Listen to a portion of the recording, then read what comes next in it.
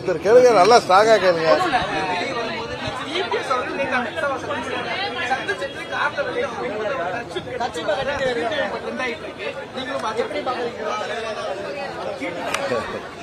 September 15 அண்ணா பிறந்த நாள் அன்றைக்கு இங்க சென்னையில் டி நகர்னு நினைக்கிறேன், அங்க மீட்டிங்ல பழனிசாமி எப்படி எல்லாம் வீரவசனம் பேசினார்.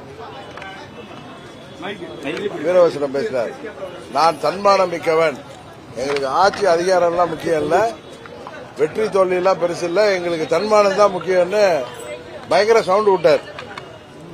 10வது பத்திரிகைகள்லயும் ஊடகத்திலையும் அவர் ஏதோ அவருடைய அந்த எழுச்சி பயணத்தை தள்ளி வைத்திருக்கிறதுக்கு காரணங்கள் போட்டதாக கோச்சிக்கிட்டாரு. அவர் ஏதோ வானிலை அறிக்கையெல்லாம் படிச்சு மழை பெய்யுங்கிறதுனால தள்ளி வச்சேன்னு கதையெல்லாம் விட்டுட்டு டெல்லிக்கு போய்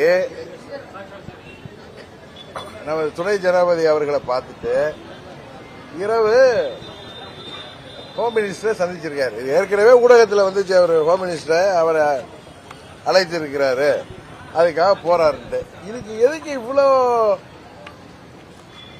இப்படியெல்லாம் பொய் சொல்லி யாரை ஏமாற்ற பார்க்கிறார்? நான் எப்பயும் சொல்றேன், தமிழ்நாட்டு மக்களையும் மற்ற அரசியல் கட்சியை சேர்ந்தவர்களையும் இனிமேலும் பழனிசாமி ஏமாற்ற முடியாது. என்ன ஹோம் மினிஸ்டரை போய் பார்த்துட்டு அது கூட்டணியில் இருக்கீங்க, ஹோம் மினிஸ்டர் ஓப்பனா இங்க வந்து சென்னையில ஏப்ரல் 11 இவரை கூட்டணியில சேர்த்து அறிவிச்சுட்டு டெல்லிக்கு போறாரு. என்ன காரணம்? இப்படி ஹோம் மினிஸ்டரை பார்த்துட்டு வெளில வர்றப்ப முகத்தை மூடிக்கிட்டு வர வேண்டிய அவசியம் என்ன இருக்கு? இதுவரை கேள்விப்பட்டிருக்கீங்களா? அரசியல்ல எந்த ஒரு கட்சி தலைவராவது டெல்லியில சென்று அல்லது வேற எங்கோ கூட்டணி கட்சி தலைவர்களை சந்தித்து விட்டு வரும் பொழுது இப்படி முகத்தை மூடிக்கொண்டு ஓடி வருவதை பார்த்திருக்கீங்களா? யார் இப்படி முகத்தை மூடிட்டு வருவாங்கன்னு உங்களுக்கு தெரியும்.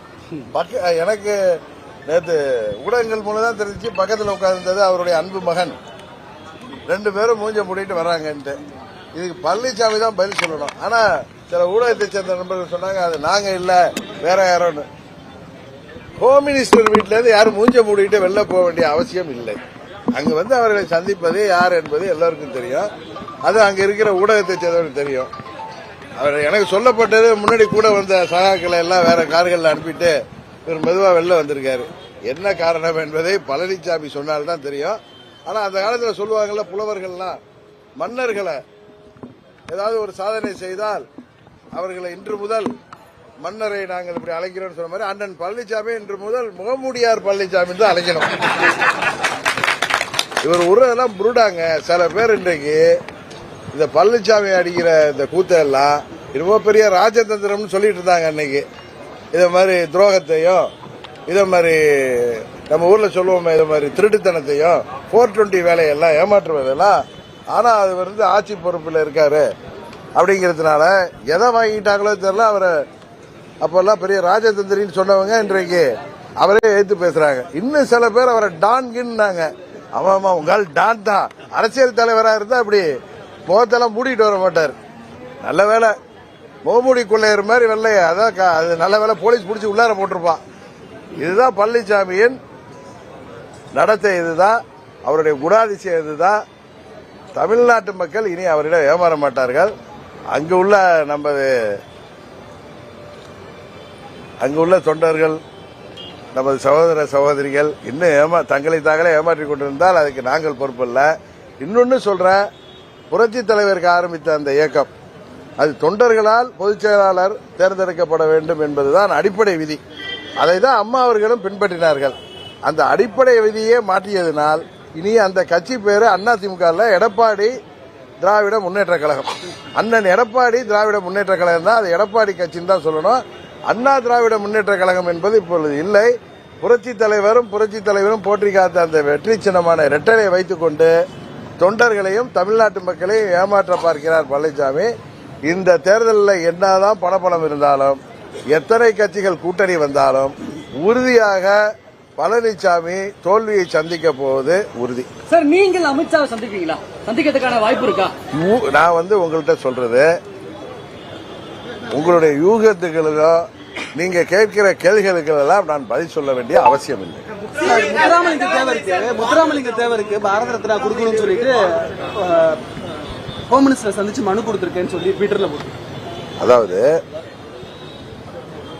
தேவர் பெருமகனார் என்பவர் நம்ம தென் மாவட்டங்களில் எல்லா மக்களாலும் மிகவும் மதிக்கப்படக்கூடிய, இன்னும் சொல்ல போனால் தெய்வமாக வணங்கக்கூடிய ஒரு பெரிய மகான். அவருக்கு பாரத ரத்னா வழங்கப்பட வேண்டும் என்பது அந்த பகுதி மக்களின் நீண்ட நாள் கோரிக்கை. அதை யார் எடுத்து போய் முன்வைத்தாலும் அதில் தவறில்லை.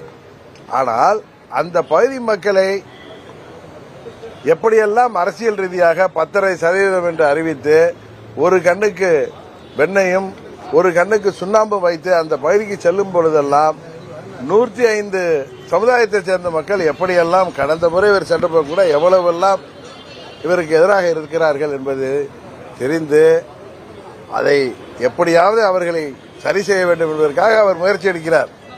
அதே நேரத்தில் யார் போய் தேவரையா அவர்களுக்கு பாரத ரத்னா விருது வழங்க வேண்டும் என்று கோரிக்கை வைத்தாலும் அது ஒரு நல்ல கோரிக்கை தான். அவர் சொல்ற மாதிரியே தென் தமிழ்நாட்டில் வசிக்கிற மக்கள்லாம் ஒன்றும் முட்டாள்கள் இல்லை. இதே மாதிரி முகமூடி கொள்ளையர்கள் எல்லாம் ஓபிஎஸ் டிடிவி ஆகியோர் ஒரே மேடையில் சந்திக்கிறதுக்கான வாய்ப்பு இருக்கா? உறுதியாக இருக்கு. கட்சிக்கு துரோகம் செய்த எந்த காலத்துல சேர்த்துக்கொள்ள மாட்டேன் அழுத்தமா சொல்லிட்டே வராரு. அதாங்க அவரை இன்னொன்னு சொன்னாரு, 26 தேர்தலுக்கு ரோட்ல அடிப்பாங்கன்னு. அது அவரை தான் அவர் சொல்லிக்கிறாரு. இப்ப அவர் என்ன சொல்றாரு, பாஜகவுக்கு நான் ரொம்ப நன்றியோட இருப்பேன்னு. 2017 சட்டமன்றத்தில் திமுக கொண்டு வந்த நம்பிக்கையில்லா தீர்மானத்தை காப்பாற்றியவர்கள் இங்க கூட பார்த்திபன் வந்திருக்கார், எங்க கூட இருக்கிற பார்த்திபன் வந்திருக்கார், சட்டமன்ற உறுப்பினர். இந்த 18 பேர் உள்ளடக்கிய 122 பேர் தான். அப்பொழுது அண்ணன் பன்னீர்செல்வம் உங்களுக்கு தெரியும் எதிர்த்து அவரை சேர்ந்த 11 பேர் வாக்களித்தார்கள். அன்றைக்கு காப்பாற்றிய சட்டமன்றம் அன்னைக்கு பாஜக வந்து காப்பாற்றல. ஆனா அடுத்த கட்டத்திலிருந்து பழனிசாமி பாஜக காலில் விழுந்தது. அவர் 4 ஆண்டுகள் காப்பாற்றப்பட்டார் அவர் ஆட்சி என்பதுதான் உண்மை. ஆனால் இந்த ஆட்சி அமைவதற்கு உதவி செய்தவர்கள் இந்த சட்டமன்ற உறுப்பினர்கள். அவர்களை பதவி நீக்கம் செய்தார் பழனிசாமி. ஆனால் எதிர்த்து வாக்களித்த 11 சட்டமன்ற உறுப்பினர்களை ஒன்றும் செய்யவில்லை. சரியா?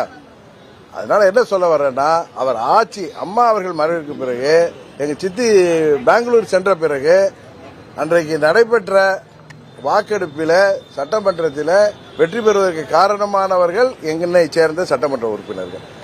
அதற்கு பிறகு பாஜக அவரை 4.5 ஆண்டு காப்பாற்றியது எல்லாருக்கும் தெரியும். ஆனால் அந்த பாஜகவுக்கு 24 தேர்தல் என்பது தேசிய கட்சிகளுக்கு எவ்வளவு முக்கியமான தேர்தல். பாராளுமன்ற தேர்தலில் பிஜேபிக்கு துரோகம் செய்துவிட்டு வெளியில் வந்தாரா இல்லையா? இன்னும் சொல்ல போனா 21 சட்டமன்ற தேர்தலுக்கு பிறகு உள்ளாட்சி தேர்தல்களிலே அவர்களுக்கு உரிய ஒதுக்கீடு தரமாட்டேன்னு சொல்லி அவர்களை வெளியேற்றியவர் பழனிசாமி. இன்றைக்கு பாஜகவுக்கு நான் நன்றியோடு இருப்பேன் சொல்வது அது ஒரு ஏதோ ஒரு சூழ்ச்சியின் அடிப்படையில் தான்.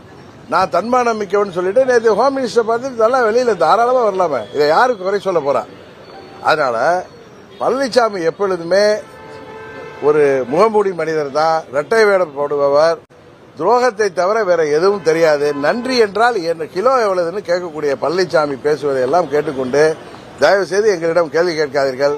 வெற்றி தோல்வியெல்லாம் தாண்டி நிற்கக்கூடிய இயக்கம் அம்மாவின் உண்மையான தொண்டர்களால் இயக்கப்படுகிற அம்மா மக்கள் முன்னேற்ற கழகம். உறுதியாக இன்றைக்கும் பழனிசாமியை முதலமைச்சராக நாங்கள் ஏற்றுக்கொள்ளவே முடியாது என்பதுதான் எங்களது நிலைப்பாடு. 26 சட்டமன்ற பொதுத் தேர்தலுக்கு பிறகு எல்லோருக்கும் துரோகம் செய்த அவரை ஆட்சியில் அமர வைத்த எங்களுக்கும், ஆட்சி தொடர உதவிய ஓபிஎஸ்க்கும், அந்த 4.5 ஆண்டு ஆட்சி காப்பாற்றிக் வந்த பிஜேபிக்கும், இதுபோல எல்லோருக்கும் துரோகம் செய்த பழனிசாமி 26 தேர்தலுக்கு பிறகு உண்மையாகவே நடு ரோட்டில் நிற்கப் போகிறார். அதை நீங்கள் பார்க்க போகிறீர்கள்.